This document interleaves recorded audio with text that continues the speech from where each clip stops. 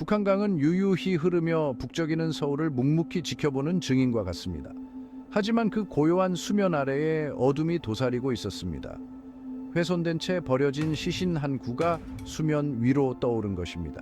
베테랑 형사들조차 등골이 오싹해지는 발견이었습니다. 이는 결코 평범한 범죄가 아니었습니다. 치밀하게 계산된 잔혹한 행위였고 소름 끼치도록 풀어야 할 수수께끼였습니다. 젊음과 생기로 가득했던 피해자는 흔적도 없이 사라졌습니다. 그의 가족들은 희망의 끈을 놓지 않고 차가운 침묵 속에서 그의 귀환을 애타게 바랐습니다. 하지만 그들은 알지 못했습니다. 그들의 가장 큰 악몽이 이미 현실이 되었다는 것을. 한때 생명과 평온의 원천이었던 강은 이제 그들의 사랑하는 이의 죽음을 증명하는 끔찍한 증거를 품고 있었습니다. 살인의 잔혹성은 사회에 큰 충격을 안겨주었습니다. 범인을 찾아야 한다는 엄청난 압박을 받는 경찰은 전면적인 수사에 착수했습니다. 모든 단서, 모든 속삭임, 모든 그림자는 청년의 비극적인 죽음이라는 미스터리를 풀 수 있는 열쇠가 될 수 있었습니다. 수사는 한국군 장교에게 빠르게 집중되었습니다. 생명을 보호하는 임무를 맡은 이 남자가 이제는 가장 극악무도한 방법으로 한 생명을 앗아간 혐의를 받게 되었습니다. 증거의 무게가 더해지면서 배신, 속임수, 그리고 상상도 할 수 없는 잔혹함이 드러났습니다. 법을 수호하겠다고 선서한 장교는 이제 스스로 만든 거짓말의 함정에 빠지게 되었습니다. 그는 모든 움직임을 계산하고 의심을 피하기 위해 치밀하게 이야기를 만들어냈습니다. 그의 계획은 대담하고 냉혹했으며 절망의 뿌리를 두고 있었습니다. 경찰의 추적을 따돌리기 위해 이 장교는 끔찍한 속임수를 썼습니다. 그는 피해자를 사칭하여 경찰에 연락하여 자신이 무사하다고 주장했습니다. 그는 피해자의 목소리와 버릇을 흉내내며 자신의 흔적을 감추기 위해 거짓말로 타페스트리를 엮었습니다. 하지만 장교의 가명흑은 결국 무너지고 말 운명이었습니다. 법의학적 증거를 무기로 삼고 끈질긴 정의 추구에 나선 경찰이 점점 더 가까이 다가오고 있었습니다. 처음에는 오해로 일축되었던 실종 신고가 이제는 장교의 사악한 게임을 드러내는 결정적인 퍼즐 조각이 되었습니다. 장교의 대담한 행동은 온 국민에게 큰 충격을 안겨주었습니다. 타인을 보호하는 임무를 맡은 사람이 어떻게 그런 끔찍한 짓을 저지를 수 있을까요? 그리고 어떻게 그렇게 뻔뻔하게 피해자를 사칭하여 씻을 수 없는 상처에 소금을 뿌릴 수 있을까요? 베테랑 형사들이 이끄는 경찰은 증거를 꼼꼼하게 하나씩 맞춰 나갔습니다.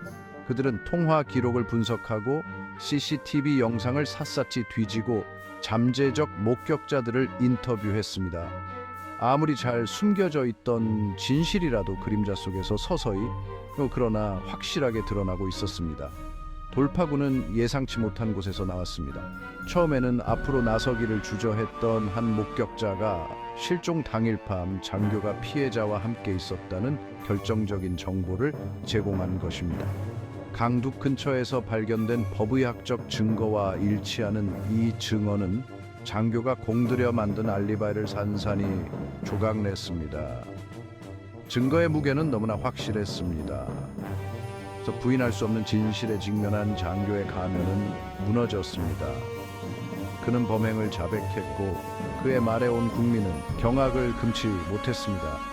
동기는 범죄 자체만큼이나 소름 끼치는 것이었습니다. 질투와 원망으로 인한 개인적인 원한이 장교로 하여금 말로 표현할 수 없는 잔혹한 행위를 저지르도록 만들었습니다. 수면 아래 도사리고 있는 어둠을 알지 못했던 피해자는 장교의 뒤틀린 분노에 의도치 않은 표적이 되었습니다. 네 번째 섹션 정의와 그 대가. 재판은 언론의 집중 조명을 받았고 대중은 끔찍한 사건의 세부 사항과 장교의 대담한 범죄에 매료되었습니다. 검찰은 수많은 증거와 비통에 잠긴 유족의 증언을 토대로 무자비한 냉혈 살인마의 모습을 그려냈습니다. 힘겨운 싸움에 직면한 변호인단은 장교를 개인적인 악맥의 벼랑 끝으로 몰린 사람으로 묘사하려고 시도했습니다. 그들은 장교의 이전에 흠잡을 데 없는 기록과 국가에 대한 그의 봉사를 언급하며 관용을 호소했습니다. 하지만 배심원들은 납득하지 못했습니다. 며칠간의 심의 끝에 그들은 유죄 판결을 내렸고 장교는 자신의 행동에 대한 책임을 져야 했습니다. 판사는 범죄의 중대성과 사회의 강력한 처벌 요구를 반영하여 무기징역을 선고하여 장교가 남은 생을 감옥에서 보내도록 했습니다. 판결은 어느 정도의 종결감을 주었지만 피해자 가족의 고통을 덜어주지는 못했습니다. 그들의 깊고 헤아릴 수 없는 상실감은 영원히 그들의 삶의 일부가 될 것입니다. 사법 시스템은 제 역할을 했지만 범죄의 상처는 깊숙이 남아 가장 평범해 보이는 삶의 이면에도 어둠이 도사리고 있을 수 있다는 사실을 냉검하게 일깨워 주었습니다.